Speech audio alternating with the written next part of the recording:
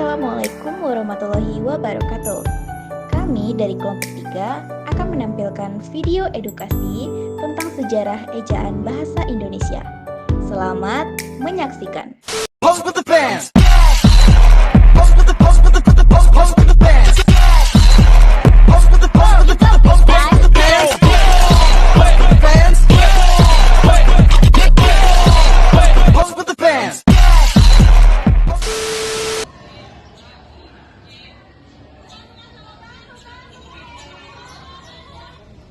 Teman-teman, tahu nggak sejarah perkembangan ejaan bahasa Indonesia? Nggak tahu.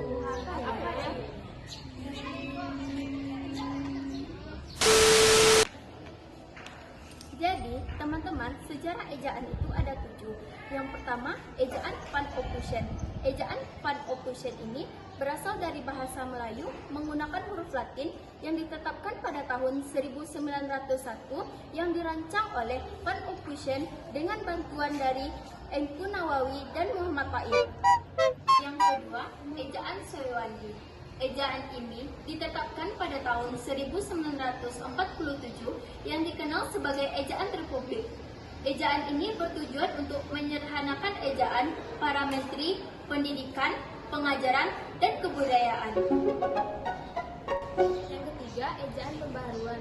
Berdasarkan dari gagasan ejaan pada masa Kongres Bahasa Indonesia kedua di tahun 1956 disusun ejaan pembaharuan karena ejaan itu tidak ditetapkan. Yang keempat, ejaan Melindo. Ejaan Melindo atau Melayu Indonesia dimulai pada tahun 1959 karena perkembangan politik yang cukup lama berakibat tidak dapat diresmikan. Yang kelima, ejaan lembaga bahasa dan kesusastraan. Ejaan lembaga bahasa dan kesusastraan atau ejaan LBK muncul pada tahun 1966. Ejaan ini muncul sebagai cikal bakal terwujudnya ejaan bahasa Indonesia yang disempurnakan. Yang keenam, ejaan yang disempurnakan, yaitu penyempurnaan dari ejaan LBK. Berdasarkan keputusan Presiden nomor 57 tahun 1972, ditetapkannya ejaan yang disempurnakan. Departemen Pendidikan dan Kebudayaan menerbitkan buku yang berjudul Pedoman Ejaan Bahasa Indonesia yang Disempurnakan. Tujuan EYD yang pertama yaitu menyeragamkan ejaan, membuat bahasa Indonesia lebih seragam dan konsisten. Yang kedua yaitu meningkatkan kemudahan, membuat bahasa Indonesia lebih mudah untuk dipahami dan digunakan. Dan yang terakhir, ejaan bahasa Indonesia. Ejaan bahasa Indonesia seperti yang diungkapkan dalam buku Pedoman Umum Ejaan Bahasa Indonesia yang diterbitkan oleh Badan Pengembangan dan Pembinaan Bahasa Kementerian Pendidikan dan Kebudayaan tahun 2016. Ejaan bahasa Indonesia sendiri telah ditetapkan dalam Undang-Undang Kementerian Pendidikan nomor 50 tahun 2015.